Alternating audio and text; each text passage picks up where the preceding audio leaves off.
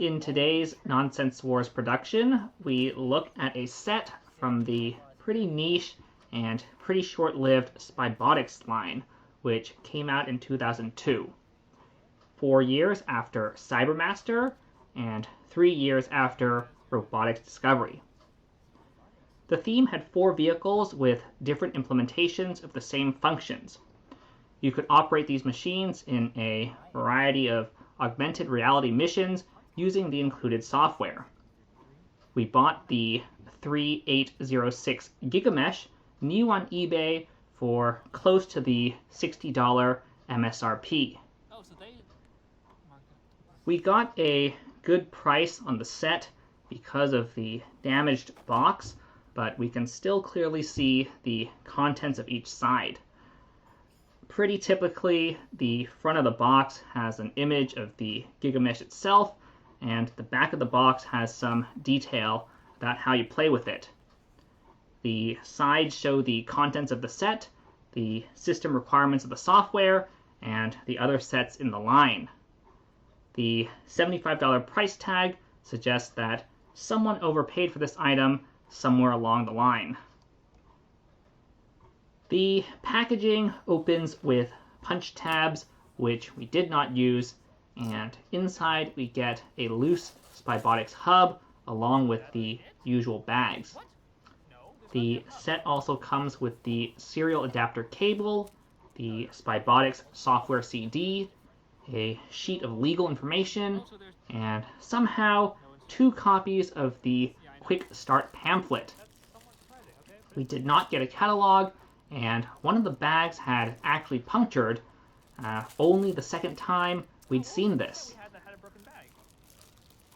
Let's look at the unique parts, starting with the hub.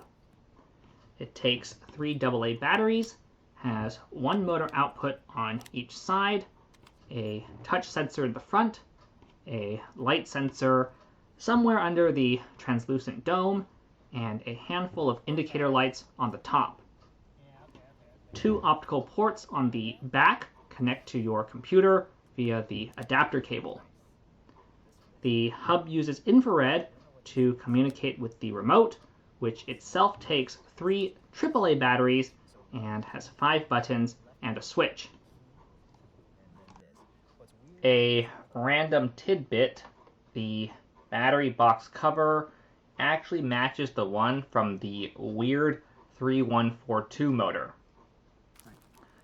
We get some thin and thick fiber optic bits, both pretty rare, but other notable parts mostly include common ones in odd colors. Black half bevels, black crown gears, black bushings, and a handful of marbled parts. This set came out at the dawn of the studless era, and it includes no studded parts whatsoever. Unsurprisingly, the software installed without any issue on Windows XP.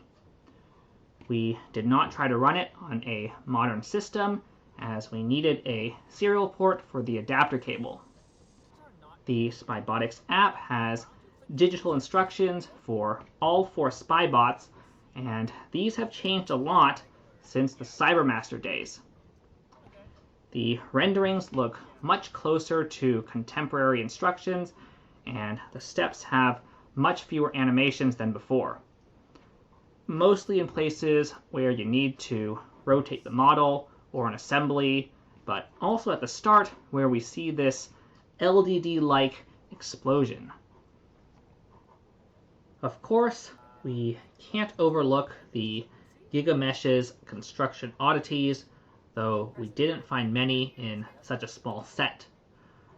Most notably, the instructions have some steps dedicated to phasing the legs 180 degrees apart, smoothing out the admittedly bumpy running characteristics. Furthermore, the outer frames of the legs don't quite sit flush with the axles holding the traction tires. The tires are slightly wider than a stud. The unusual construction of the legs lead to this humorous parts callout. The leg mechanism on one side drives spinning gears on the front bumper. The bumper triggers the hub's touch sensor, but the spinning is entirely cosmetic. Strangely, one of the attachments on the rear of the Gigamesh doesn't actually show up on the box. Annoyingly, you have to remove both of the attachments to hook up the adapter cable when connecting the hub to a computer. You can control the hub with the remote without touching any of the software, but the control scheme does not follow typical skid steer conventions. The buttons on the right control the left side, and the buttons on the left control the right side. You press the upper right button not to run the right side forward, but to turn the bot to the right. Perhaps LEGO thought most people would find this intuitive, but we found it extremely not so. At this point, we had some problems. First, the serial adapter cable did not work with our old laptop, a 2003 Dell Inspiron 500M.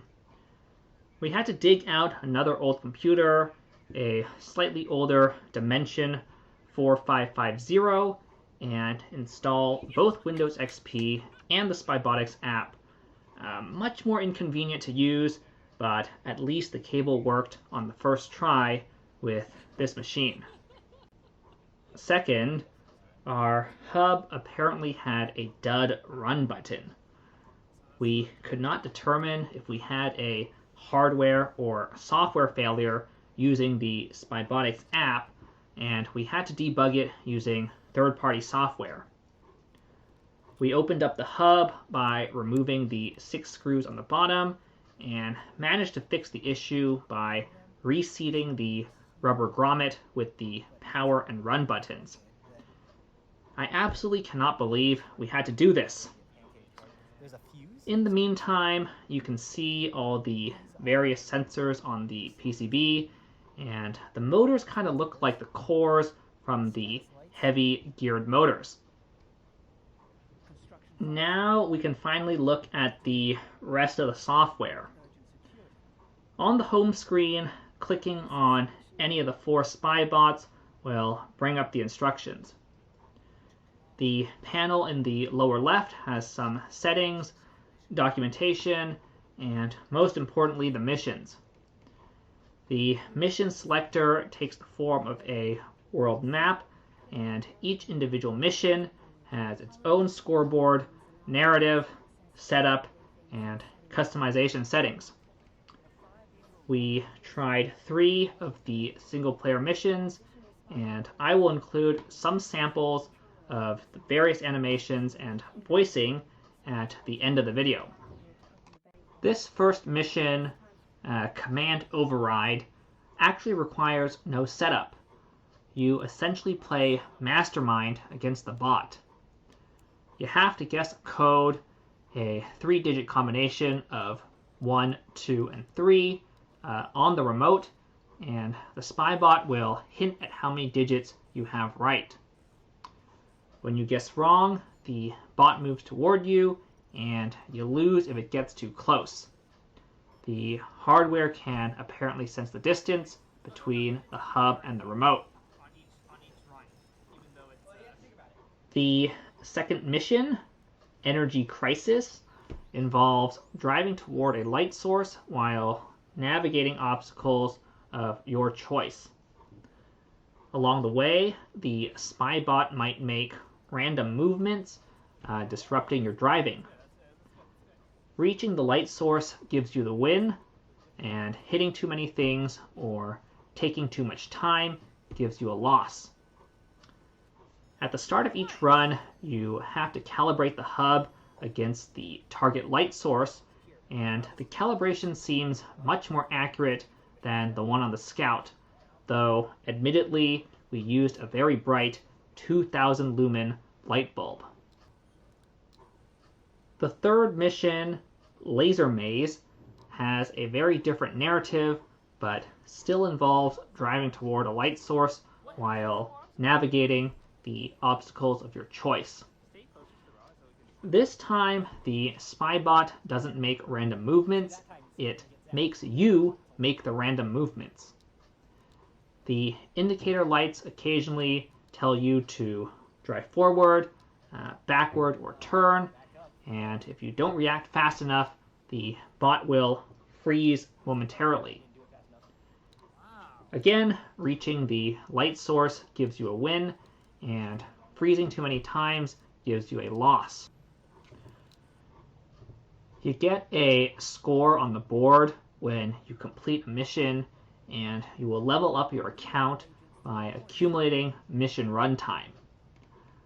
We aren't entirely sure what happens when you level up enough, but it does look like you need to play quite a bit to max out.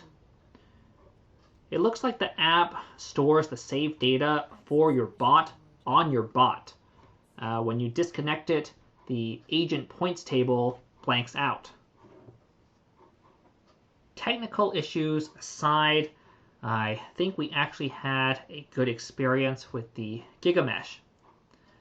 It offers similar levels of playability as the Cybermaster while costing a fair bit less, though the latter has more extensibility, being a bigger set. You do need to buy a second Spybot for 2-player shenanigans, so let us know in the comments if that's something you want to see. Given the still nascent stage of AR and VR even today, LEGO managed to do quite a lot 20 years ago, and they don't really offer a similar product today. Finally, a few samples of the animations in the app. We actually had to jump through a few hoops to get these. We could not screen capture directly from either the old laptop or the old desktop, so we had to split the video and audio outputs and pipe one set through a China quality capture card connected to a modern laptop running OBS. On that note, this is the end of the commentary, so have a nice day. Accessing mission brief. Bank robbers have lured your Spybot to a booby-trapped factory. Now they're free to raid the gold reserve. You're stuck in the middle of a dangerous maze with only one way out.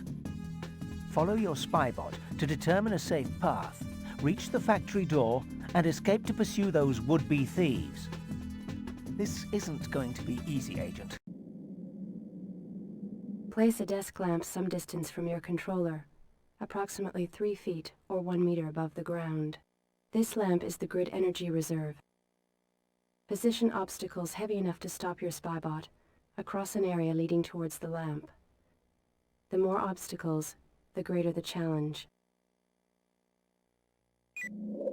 Use these settings to increase mission difficulty and reward levels. Approach path. Set the Spybot's speed and movement pattern. The faster the Spybot, the quicker it reaches your controller to set the deactivator. Number range. Set the range of numbers in the 3-digit encrypted code. The bigger the range of numbers, the more difficult the code is to crack.